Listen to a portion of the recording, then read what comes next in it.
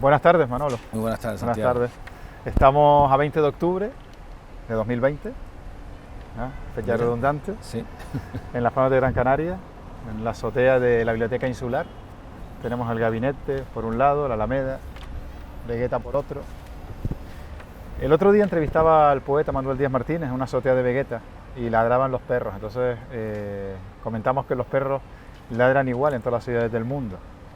Tú, justamente la entrevista la tuvimos que cerrar hoy porque hasta esta mañana estabas trabajando en Samotracia, en la quinta versión de Samotracia, las 5 que tienes hasta ahora creadas a partir del mito de Samotracia, a partir de la escultura de Samotracia.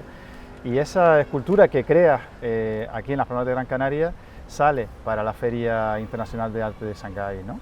De alguna manera, igual que Manuel decía que los perros ladran igual en todas partes, el cielo es igual en todas partes también, ¿no? Quiero decir, la búsqueda.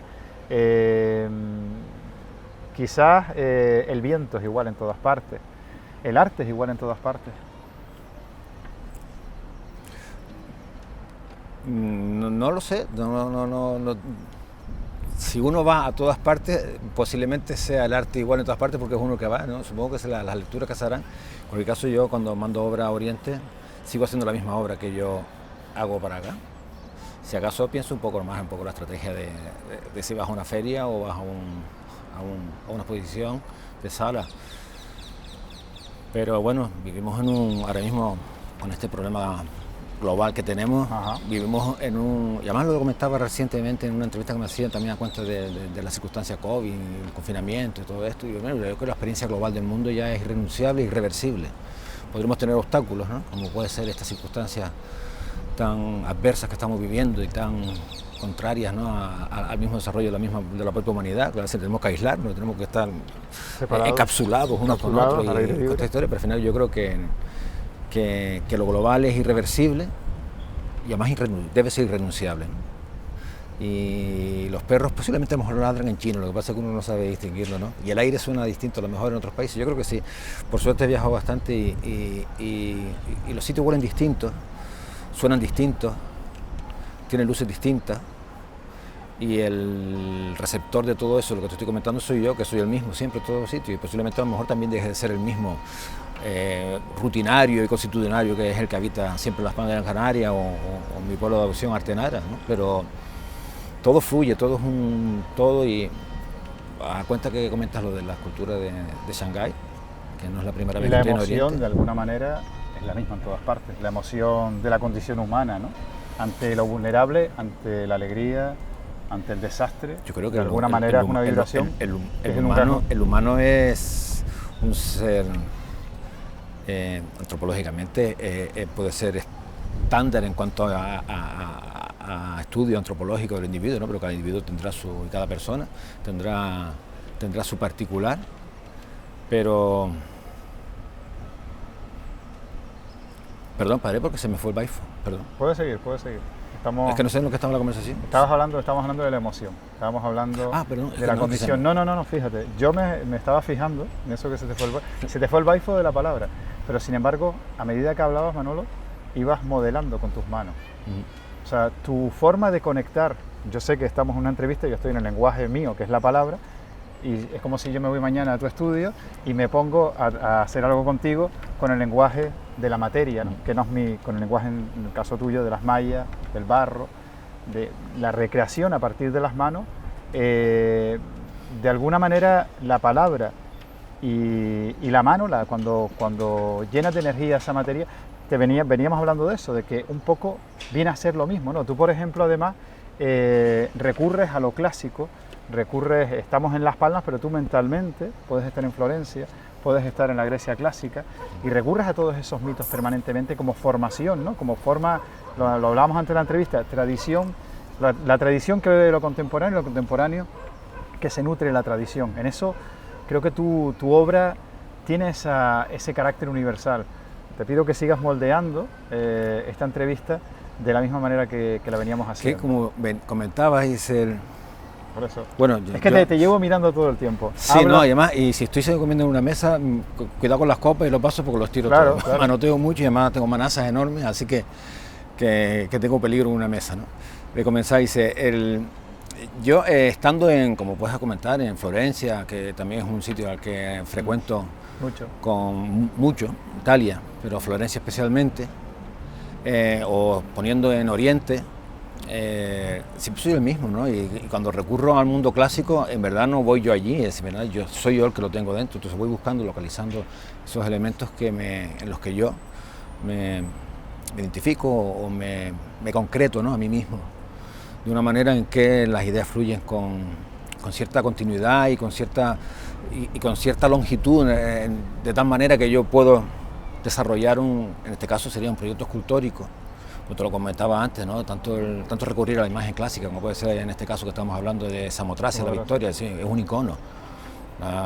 La vez que la vi en el Louvre te impacta, ¿no? Porque está presentada de tal manera allí, además con aquella escalera, una escenografía, un entorno que crece, ¿no? Posiblemente esta escultura con fragmento clásico tirada en medio de un campo y descolocada, pues no es lo mismo, pero colocada allí, presentada con esa gran teatralidad, con esa dramaturgia. Tú de alguna forma, fíjate, tu Samotracia recrean esa... Obviamente lo que está recreando es el impacto visual, estético, la emoción, la experiencia estética. Y el material con el que trabajas. Cuando hablo de arte siempre hablo de la experiencia estética. A mí me apasiona el material con el que tú trabajas. El material es que tocas, ¿no? El material cómo lo transformas y ese aire que le das a tus esculturas, en este caso la Samotracia, pero también el material de la piedra, cuando todo lo que trabajas tiene un cierto aire, ¿no? Quiero decir, que es como este viento, ¿no? Aquí se da y a mí me divierte porque de repente me sorprendí a mí mismo. Esto fue en el año 2011, la exposición que hice en la Galería de Sarrión, con la que trabajo siempre, en Variaciones y Divertimentos. Acababa de terminar la escultura del Tritón y venía yo con un sofoco de trabajo y lo colosal, y pasé a un formato pequeño, ¿no? Y eran bronces todos. Y de repente estoy en la sala y ya se había inaugurado y de repente me doy cuenta, hablando con algún visitante, algún amigo, y digo, contrale, yo empecé haciendo maya con la obsesión casi. Obsesión en el sentido porque en verdad yo tenía un conflicto con la obra de Maya, porque era una obra con una flexibilidad, una elasticidad, un movimiento y una aparente fragilidad que era casi la antítesis al concepto que tengo yo de la escultura, que es estatuario, ¿no? En el sentido de piedra y del mármol o el bronce, ¿no? Claro, a mí aquellas piezas que se movían pues me generaron un conflicto conmigo mismo, y yo tardé en entender sus posibilidades, no, porque empecé a trabajarlas directamente, las vi, pero tenía un conflicto con la obra, ¿no? Y un conflicto con la obra es un conflicto con uno. Pero de repente veo los bronces y digo, contrale, esto sí que es curioso, son los bronces los que se han mutado hacia la malla. Ha habido una ósmosis, se han permeado, y yo intenté... Y es más, es fácil identificarlo, las primeras mallas son estatuarias, casi pieza cerrada, y de repente la empecé a abrir, empecé a entender el material y a jugar con el aire principalmente, y el aire permea la obra, la transparencia, la luz, y permite, claro, aparte de ser liviana, me ha permitido hacer instalaciones de grandes montajes con la obra volando, ¿no? Pero después en la obra de pequeño formato también ya me cuesta cerrar mucho una obra y hacer una mano y un pie cerrado, porque el material te pide que vuele, ¿no? Y que la pieza al final habla de libertad, habla de aire, de expansión, de crecimiento, ¿no? Así como algo centrífugo. Sí, siempre al final del particular que es uno, en el sentido antropológico que tengo yo de la existencia, dice, yo soy el centro de mi universo, obviamente, y de ahí me expando al mundo. Dice, no es que sea el núcleo principal y más importante, pero soy desde el que yo me proyecto al mundo. Ese momento expansivo posiblemente lo haya desarrollado se me ha desarrollado de una manera lograda, podría decir, con la escultura de Maya. Y de repente veo las esculturas de bronce que se habían permeado de eso, se habían llenado de eso, y estaban igual, no se cerraba. Ya yo no sé, una escultura de bronce, el aire fluye por todos lados. Y me resultó curioso porque no me había dado cuenta. Había hecho todas las mallas, todas las piezas de bronce aquellas, y de repente veo, pero al final ha habido una síntesis. Se te iba a preguntar, yo recuerdo una vez una entrevista a Chillida, que contaba que tuvo una crisis creativa muy fuerte a los 30 años, se vino de París a San Sebastián y estuvo sin crear durante un tiempo, y salió del bache con una frase que era el titular de la entrevista, hace muchísimos años creo que te quedas, y siempre lo utilizo cuando también tengo un bache creativo, que él decía, tengo las manos de ayer, me quedan las de mañana. Eso me pareció prodigiosa. Tú acabas de hacer alusión a todo ese proceso que tú has seguido desde que empezaste. ¿Cómo empezaste? ¿Cómo llegaste? ¿Cómo modelaste? ¿Cómo recuerdas el inicio? ¿En qué momento Manuel González dijo, quiero buscar mi vida en la materia, en la mano. En este caso tengo que hacer un receso en el tiempo, siempre cuando hable de esto, porque en verdad nunca proyecté nada. Las cosas han ido sucediendo, ¿no? Vale. Y cierto que yo era un niño que jugaba con la plastilina mucho más que cualquier otro niño y con fijeza, ¿no? Por eso yo cuando hice el discurso de ingreso a la academia, lo primero que dije, yo me recuerdo jugando con la plastilina como todos los niños, pero de otra manera, ¿no? Entonces siempre lo he estado haciendo, ¿no? La primera exposición fue en el Club Náutico y la primera cita en la Casa de Colón. La primera exposición hice en el Club Náutico con 17 años, después volví y repetí, después ya me fui a estudiar a Barcelona, me desinteresé de la carrera, me volví y ahí hice la primera exposición en la Casa de Colón. Obviamente ya había un camino que estaba ahí, es decir, yo casi no sé si lo elegí, lo he elegido como un medio de vida, ¿no? Pero hacer escultura yo lo hacía de niño. ¿Medio de vida es un sentido de vida también, Manolo? ¿Serías capaz de vivir sin esculpir? No lo sé, porque llevo 30 y pico años dedicándome exclusivamente a esto y me sostengo económicamente con esto y es cierto, mira, hasta mañana he terminado, he empaquetado toda la escultura ayer cerré el cajón con la obra que va a Shanghái y hasta mañana, bueno, me puse a ordenar el estudio y a hacer cosas esperando que se la llevaran, no se la llevan mañana, se ha retrasado un día. Y siempre me quedo que cuando se me quita la presión, normalmente yo llevo años trabajando a presión de encargo o de proyecto y no aquello de yo trabajo el fin de semana a ver cómo me desarrollo, es un medio de trabajo.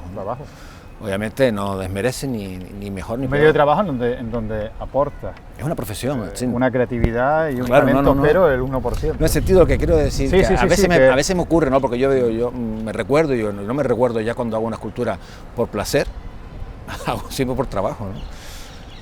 Mejor o peor, ¿no? Pero claro, eso define también el recorrido largo en el tiempo como profesional, ¿no? Pero obviamente, posiblemente por eso es mucho más exigente, porque la obra la entrego y no me permito no satisfacer al receptor de la obra, ya sea una obra pública, una obra privada, que una obra privada. Sí, pues la Samotracia, por ejemplo, forma parte de lo público y de lo privado. La Samotracia va a una exposición con la galería que trabaja en Taipei, que pone ahora en Shanghái, y obviamente mi compromiso con mi galerista de Taipei y con mi galerista de aquí, que es en Corea también tienen en conjunto con ellos. Obviamente a mí me obliga mucho, pero no solo me obligo porque yo no me soporto con una obra no resuelta, no lograda, ¿no? Pero claro, estamos hablando de algo profesional que entonces yo no recuerdo ya lo que es una producción. Tenemos una abeja. Es una abeja. Bueno, tú estás en Artenar habitualmente, con lo cual estás acostumbrado a las abejas. Le gusté. Otro se le corrió. Le gusté, pero un poco nada más. No. Ah, no, insiste. Bueno, vamos a ver si... Tiene buen gusto. Si no, tal. A ver si se va a poner. John Braque decía que el arte es una herida hecha luz. A lo largo de tu camino, de esa evolución, tu vida, los golpetazos de la vida, las crisis existenciales, ¿se reflejan en tu obra, en ese cambio que decía, en ese proceso de ósmosis y en esos cambios? ¿Notas tú esa evolución personal en esos encargos? Porque al final ese encargo lo transformas en arte. ¿Y qué es el arte para ti? Hombre, lo que pasa es que yo posiblemente no parta del a priori ese del drama de la vida, ¿no? Tengo un sentido bastante epicureísta de la vida, de la existencia, que no deja de tener su punto de drama en cuanto al distanciamiento de... Sí, es una búsqueda de la belleza, y de la alegría a partir de escapar de... Bueno, el epicureísmo al final puede ser bastante... No viene al caso porque es lo que quieres evitar el dolor. Y posiblemente a lo mejor lo que quieres es evitar el dolor y se evita el dolor con la belleza. Que es el camino, ¿no? Y con el jardín, ¿no? Con mi jardín, como digo yo, cuando no soporto más lo público y el contexto, la coyuntura del contexto inmediato tanto de las circunstancias que estamos ahora, con los bolígrafos que sé, digo, me voy para mi jardín, porque no aguanto nada. ¿Tu jardín es Artenar? Mi jardín soy yo, es en ese momento. Son mis pensamientos y mi sentido estético de la existencia que se acerca a lo cotidiano y a lo grande, a lo solemne y a lo inmediato. Y trato de acercarme con un espíritu feliz. Sí, pero al final la felicidad no es un estado, es una forma de ver el mundo. y de acercarte a las cosas, ¿no? Y el drama existe, el drama está ahí, pero lo incierto también está ahí. ¿Quién dijo que no? Claro, cuando dice, oye, la salvación. Ayer comentaba un psicólogo, entonces estaban hablando siempre de salvación, de salvación, de salvación. ¿De salvarse de qué? Oye, es a lo religioso, ¿no? Pidiendo perdón por la existencia, por existir y salvarse de qué. Claro, a lo mejor yo tengo una vida acomodada con el trabajo y bueno, haber tenido los problemas que tiene tanta gente, pero hay gente que tiene muchísimos problemas, es decir, acercarte a lo mejor a la vida de personas que tienen en verdad una existencia muy complicada, de miles de esfuerzos, de miles de sobresaltos, y que al final lo único logran, ¿no? Consiguen lograr una vida cotidiana medianamente soportable, pues claro, a lo mejor el discurso que hago yo puede ser no solo insolidario, sino más indolente. Transmites esa... yo cuando veo una obra tuya, la sensación que uno tiene es que no te quedas igual, que es lo que yo creo que define el arte, ¿no? El hecho de que vibres con lo que escuchas, por lo de Brecht, ¿no? Porque al final habla de la herida, no sé qué. No, la herida, hombre, lo mitificamos, pero sí es verdad, por ejemplo, Paul Auster decía que todo escritor, curamos heridas. La herida de la asistencia, yo creo, de dónde venimos y dónde vamos, no, sin dramas, ¿no? Sí, pero ¿cuál es la herida? Ya me voy un poco a Nietzsche, ya Zaratustra, dice, te vas a morir, dejaste de rollo. Pero además, y morirse no es malo ni bueno, lo que es malo es vivir con el drama de la herida. Vivir con el drama que te vas a morir. Yo hablo de transformar esa herida en luz, justamente, de esa supuesta herida de no saber de dónde venimos y dónde vamos, transformarla en belleza, y lo que dejas es un camino de belleza. Hay tantos autores, los románticos, o Bacon, cada uno han hecho obras maravillosas del dolor, ¿no? Para mí el dolor no es un asunto en el que yo me encuentre cómodo, quizás. No, ¿Será eso? Yo qué sé. Chekhov hablaba de que en la literatura decía, yo escribo alegre cuando estoy triste y triste cuando estoy alegre. O sea, eso puedes afrontar. Yo tengo mis picos emocionales, claro, como todo el mundo, ¿quién no? Y afectos y desafectos. ¿Y eso afecta a tu obra? ¿Eso lo reconoces en tu obra? ¿Esos picos emocionales? ¿O tu obra se mantiene profesionalmente dentro de un tal? Yo creo que, hombre, toda vivencia pasa al haber de uno y eso va marcando esa madurez, esa evolución, un camino, ¿no? Y una progresión en el tiempo que hace el continuo del yo. El yo no son sucesos aislados, ¿no? Hay un continuo, porque si no mañana no me reconozco a mí mismo, ¿no? Pero todo esto es la carga emocional de 20.000 cosas, y sí que claro que las habré tenido, pero la verdad es que no... Manolo, ¿y el tiempo? Estamos escuchando las campanas de la Catedral de las 7, estamos vendiendo el gabinete, todas las campanas de esta zona. Es como si ese temblor, ese tintineo que se pierde en un eco. ¿Qué es para ti el tiempo? ¿Cómo llevas el tiempo a la obra, ¿no? A tu obra? ¿Qué papel juega el tiempo? Si juega algún papel, me imagino que sí. Yo creo que la experiencia del tiempo se convierte, no sé, debe ser de que el ser humano tiene conciencia de sí y tiene conciencia de lo efímero de su existencia, o lo caduco. El tiempo se convierte en un problema. Claro, y como te comentaba antes, yo no es que huya de los problemas, sino que los miro y digo, bueno, pues estamos estos problemas, ¿no? El tiempo es la vida, ¿no? Y hay que transitarle. Yo creo que la vida es como un yogur en la nevera, si se te pasa la fecha, no sirve, hay que comerse las cosas en su fecha, hay que gastarlo, ¿no? Es como titular. La vida es un yogur en la nevera, ¿no? Si se te caduca, te lo puedes comer pasado de fecha, pero... ya se te pasó la fecha, no es lo mismo, ¿no? Pero comerte un yogur implica un riesgo muchas veces, implica decir no a muchas cosas, ¿no? Sí, la vida tienes que ir eligiendo muchas veces, sí, cierto. Claro, son elecciones, ¿no? Pues en un momento el camino elegiría. No te dijo todo el mundo que ibas a vivir de la escultura y que te iba a ir todo también. Pero mira, es una suerte poder elegir, porque hay otros que no, y como digo muchas veces, mira, no ha sido una elección, ha sido una falta de opciones, ¿no? Sí, en este caso son elecciones, ¿no? Y yo recuerdo... ¿Has dicho que no a muchos proyectos? Algunos he dicho que no, sí. ¿Es una elección? Sí, bueno, porque porque bueno, tenía la fortuna de poder decir que no. Todos tenemos trabajos alimenticios, se puede llamar, ¿no? Que nada desmerece, en verdad, la calidad de la obra, ni siquiera a lo mejor del proyecto. Porque no es el proyecto de uno, a veces te llaman y dicen, oye, no, una pieza de esta escultura, y te quedas así como diciendo, me acuerdo cuando hice la escultura Teresa Calcuta, posiblemente una de las piezas, Telde, ¿no? La de Telde, que puedo considerar yo de mis figuraciones más logradas. Hablaban de ella ayer, una persona. Y cuando se me encargó, en la primera reunión que tuve, salí del despacho así bastante desconcertado, ¿no? Porque no esperaba eso, esperaba otro tipo de cargo. Acababa de hacer la escultura doble giro de la circunvalación y era una pieza abstracta. Y estaba por esa línea, un poco como lo Visal, que fue la primera obra que hice con Saro. Y estaba ahí, no Sí, claro, salí un poco desconcertado, porque me dice, me sacó, pum, me dio, y claro, y bueno, salí, bueno, seguimos hablando, yo salí un poquito más. Tuve la fortuna, ¿no?, de que me hicieran ese encargo, primero porque he conseguido hacer la piedad, que bueno, pues ya tengo mi piedad, ya en el sentido emulando a los grandes de la historia del arte. Y bueno, me acerqué al personaje con todos luces y sombras, como todos. Los detractores pues le encuentran todos los defectos del mundo y todas las razones para ponerlo de vuelta y media, y los defensores todas las razones. Al final son como todos, ¿no? Cada uno, donde tú te posiciones, verás el mundo de una manera u otra. Las energías con las que conectas y con las que no conectas. Aquella canción de Silvio, yo sé que hay gente que me quiere y yo sé que hay gente que no me quiere. Ya, y uno transita en medio, porque al final... Claro. Yo no sé por qué se ponen así, yo lo estaba pensando muchas veces y digo, esta manera de evitar siempre el conflicto y la polémica es tan agotador. Que es el mundo que estamos viviendo ahora, es agotador. Detestable. Estamos viviendo, está viendo en las redes, ¿no? Es un poco un mundo agresivo, un mundo que quizás lo serene la belleza, es un momento de salir y pararte. Ya, en el jardín a mí me provoca primero perplejidad y después mucho desafecto, ¿no? Por eso digo, me voy a mi jardín porque digo, no sé, porque al final... Nos vamos todos. Lo comentaba reciente porque me hace gracia la imagen, supongo que estoy ya... No tengo conocimiento suficiente para meterme en esto, pero me divierte la imagen.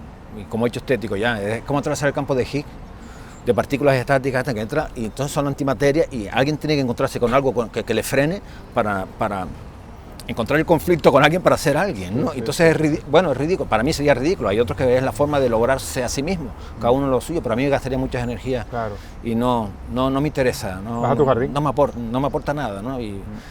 Y en verdad me genera desafecto, primero perplejidad, después desafecto, y cuando no ya me termina hartazgo y en algunos casos hasta desprecio, ¿no? Porque dices tú, pero qué necesidad de bloquear posibilidades de desarrollarse, de entenderse, de complementarse, identificarse en lo contrario, porque al final niegas al otro. De respetar.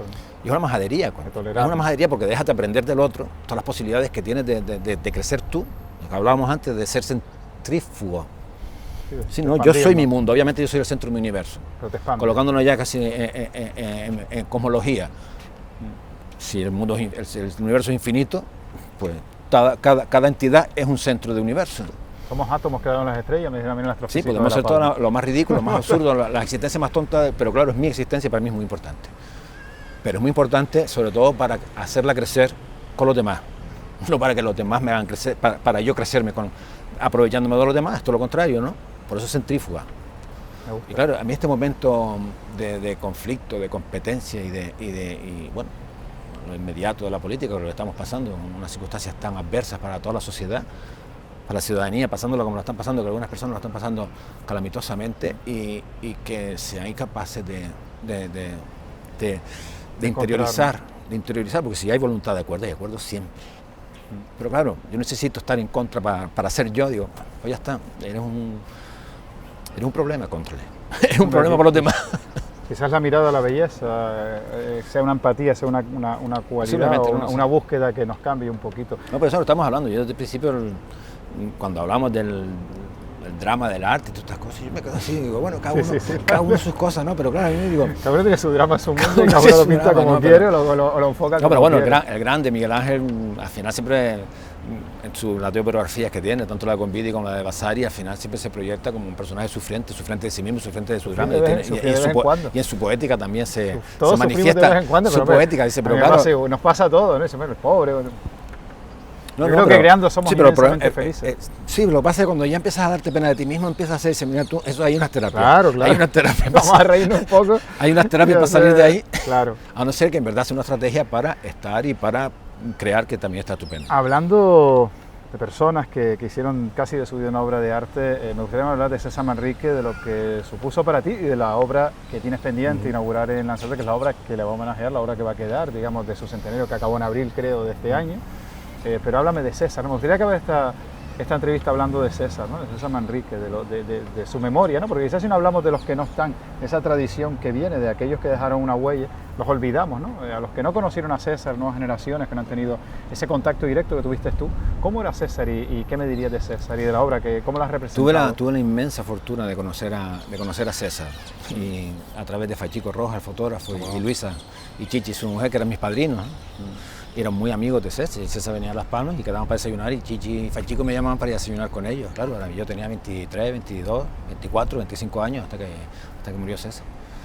Y lo hice en varias ocasiones y tuve la fortuna de compartir el pelotazo que era aquel hombre, ¿no? de energía, de vitalidad. Y a mí me tenía fascinado y él fue muy generoso, muy atento conmigo y muy cariñoso, le interesó mucho mi trabajo. Y fíjate, ¿no? ¿Y con el tiempo te regala la vida o te regala César? Sí. Ser tú quien hace fíjate, esa yo obra. Lo que es ¿Cómo la obra, planteaste esa obra? Cuando la obra esta estaba proyectada a través de Antonio Ramírez, con el que trabajé, tiene una galería en Lanzarote. Y lo fuimos trabajando y estaba bastante concretada la imagen y todo el proyecto estaba diseñado y la maqueta estaba hecha. Y al final del tiempo pues te da la oportunidad. Y yo ayer lo pensaba para otras cosas, ¿no? Porque digo, soy un tipo paciente, ¿no? Porque digo, las cosas que tiene, en este caso soy un poco como mi madre, si está el Señor, pues ya ocurrirá, ¿no? Y en este caso pues ahí estaba la escultura y mira, y después de un tiempo se forma la asociación que lleva adelante la iniciativa de homenajear a César con un hecho escultórico en Lanzarote. ¿Dónde va colocado en Lanzarote? Creo que en la Marina, ¿no? Cerca entre el Puente de las Bolas y el Charco. Qué bien. Oh. Sí, un sitio estupendo. Y al final yo empecé a trabajar otra vez, me llamaron para que participara en el concurso de ideas para yo estuve trabajando otras ideas también para no quedarme en aquella inicial, pero siempre volví al mismo sitio porque aquella estaba construida. La había hecho yo, y la estaba bien construida, estaba bien armada según mis criterios y mi experiencia del mismo César, y al final se me llevó a la misma, así que presenté esta propuesta y fue la que quisieron. Y al final está hecha ya la escultura y estas cosas que salen, ¿no? Y bien, y yo tengo, bueno, por lo menos tengo la satisfacción y el contento de haber sido yo el que homenajeara a César, ¿no? Que lo perpetúe de algún modo físicamente. Su imagen, obviamente, en Lanzarote y para Canarias y para el mundo entero, sobre todo porque al final, es cierto, la obra de César está en Lanzarote y es universal. Es universal. Y a mí lo que me gusta, lo que destacaría de ti, me gustaría acabar la entrevista hablando de eso, es tu concepto universal del arte, el concepto universal de la creatividad, no universal, intemporal y universal, ¿no? Es un poco lo que quizás tú buscas cuando te enfrentas cuando estás delante de una pieza, no piensas en el... No, o sea, ¿qué piensas? Mi trabajo, se podría decir, yo estoy localizado estéticamente en un trabajo mediterráneo, obviamente esta cultura es mediterránea, por muy atlántica que estemos, ¿no? Somos atlánticos, la mirada, lo decía Pérez Miri, que es una mirada mediterránea, ¿no? Una mirada mediterránea, ¿no? Pero mediterránea, pero yo miro la cultura siria con interés, lo grabamos con uniforme aquello, y somos todos parte de... Tienes en la entrada del Museo Canario Narciso, que es maravilloso, como ese tiempo pasado se junta con el prehispánico, que no tiene absolutamente ningún contacto, por lo menos cultural, definido con un mundo clásico, pero somos universales en el sentido, claro, por eso estamos de aquí, lo que te estaba comentando, de lo particular hacia lo universal, obviamente porque yo tengo vocación y tengo deseo y necesidad de conocer no solo en el entorno cercano mío, inmediato, sino más allá. Porque claro, es como la canción aquella de Serrat, puse rumbo al horizonte y por nada me detuve, y cuanto más lejos, y cuanto más voy allá, más lejos se va. Pican las nubes. Sí, o lo socrático aquello, cuanto más sé, menos sé, más me falta por saber. Al final, ese sentido universal, lo empezamos hablando, ¿no? Del aire. Los perros ladran igual aquí, bueno, posiblemente hablan en China. Podemos acabar aquello de cuanto más voy para allá, más lejos se queda. Cuanto más lejos deprisa voy, más lejos se va. Qué bella canción esa. Sí. Manolo, ha sido un placer y acabar con el horizonte de una forma azarosa. Empezamos con los perros, los pájaros que cantan, las abejas que pasaron por aquí, la vida que transita el cielo. Y ha sido una suerte. La canción termina diciendo asomarme ahí y anunciar que vienen tiempos mejores, pues a ver si vienen. Así, acabamos así. Que vengan tiempos mejores. Deseamos de todo corazón que vengan tiempos mejores y para eso vamos a seguir creando lo que vengan tiempos mejores. Pero siempre digo esto porque para que no perdamos perspectiva del tiempo, nunca antes la humanidad estuvo en mejores circunstancias y condiciones para afrontar una situación adversa como esta. Así que al margen de que cada cual en su momento, la autoestima, en su momento particular puede ser que tenga una situación muy complicada y este discurso no le sea del todo insuficiente, a nivel global de humanidad, en verdad nunca estuvo el ser humano preparado y tiene las condiciones y la oportunidad para superar esto con bien, como lo tuvo en otro tiempo. Sin tristezas, con mensaje de optimismo, con sonrisa. Un placer, Manolo. Muchas gracias. Tú.